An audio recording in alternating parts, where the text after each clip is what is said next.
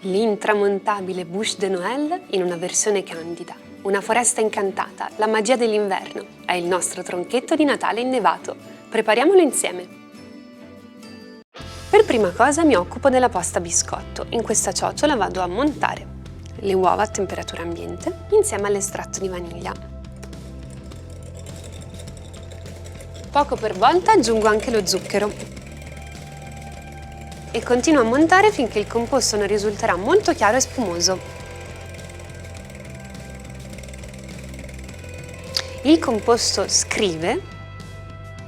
Posso incorporare la farina attraverso un setaccio. Questo è fondamentale per aggiungere ariosità all'impasto e anche per evitare i grumi. Mescolo delicatamente con una spatola dal basso verso l'alto e a questo punto posso trasferire l'impasto in una teglia rettangolare che ho già imburrato e foderato con carta forno. Distribuisco l'impasto fino ai bordi con l'aiuto di una spatola e posso cuocere la mia pasta biscotto per 8-9 minuti a 220 gradi.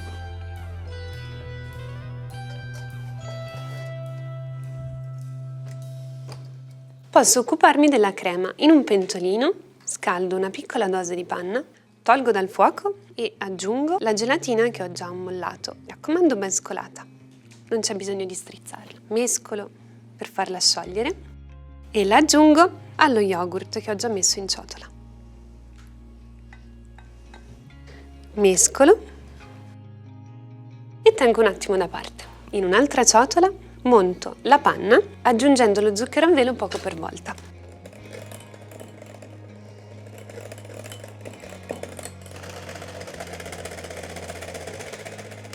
La panna è montata, aromatizzo con la scorza di limone. Per un tronchetto di Natale innevato che richiama la freschezza sin dal nome, la nota deliziosamente acidula del limone è perfetta.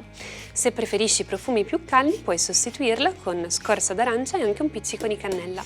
È il momento di unire i due composti, quindi sempre prodotto montato in quello non montato, quindi panna nello yogurt. Mescolo con i soliti movimenti dal basso verso l'alto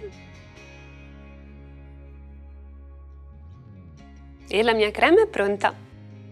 La mia pasta biscotto è raffreddata. Una volta sfornata l'ho ribaltata così su un tagliere per farla raffreddare conservando l'umidità.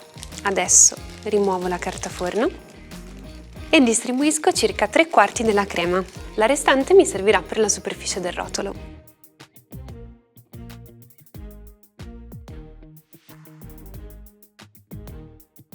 Dopodiché arrotolo dal lato lungo.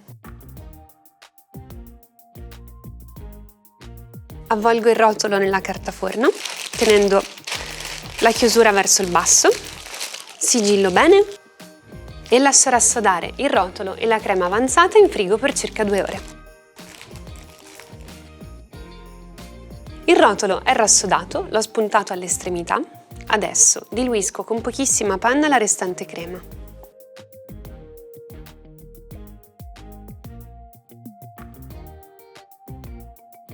E vado a tagliare in diagonale quelli che saranno i rami del mio tronchetto. Uno più grande dell'altro.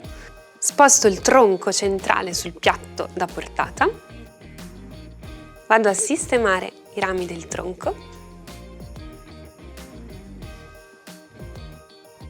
Opla, non preoccuparti se questa parte non è esteticamente perfetta perché tanto adesso la andiamo a ricoprire ed è giusto il momento di distribuire la restante crema sulla superficie. Cerca di aver cura di non ricoprire la parte che dovrà sembrare all'interno del tronco.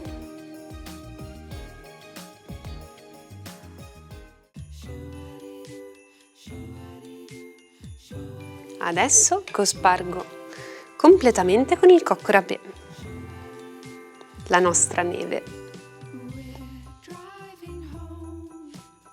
30 minuti in frigo, tocchi finali e il tronchetto è pronto per entrare in scena.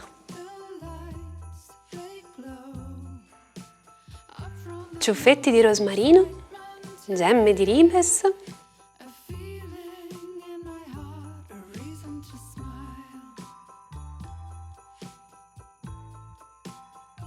ed ecco qui il nostro dessert delle feste.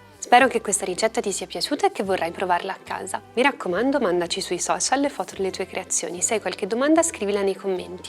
E beh, io adesso assaggio. È sofficissimo. Buon appetito!